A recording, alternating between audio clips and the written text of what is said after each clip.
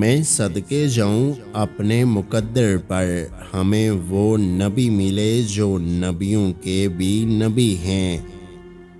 ہمارے یہاں مسجدوں سے زیادہ ہسپتالوں میں سچے دل سے اللہ کو یاد کیا جاتا ہے کہ دل میں پھر سے خوشیوں کا پیغام آ رہا ہے۔ مبارک ہو مومنو، پھر سے رمضان آ رہا ہے۔ شعبان کے مہینے میں نصیب لکھے جاتے ہیں۔ اللہ ہر بیٹے اور بیٹی کے نصیب میں خوشیاں لکھ دے، آمین۔ ڈاکٹر کے کہنے پر حلال بھی چھوڑ دیتے ہیں، مگر افسوس اللہ کے کہنے پر حرام بھی نہیں چھوڑتے۔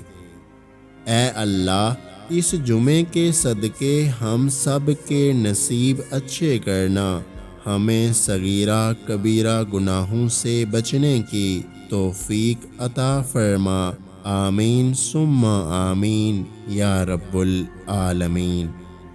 لڑکیوں سوچو کیا ہوگا اس دن جس دن خاتون جنت فاطمہ زہرا نے پوچھا، کیا میرے بابا کا دین اتنا مشکل تھا کہ تم پردہ نہ کر سکی؟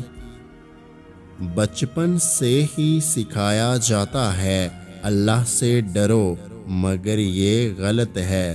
اللہ سے اتنی محبت کرو کہ اس کی ناراضگی سے ڈرو۔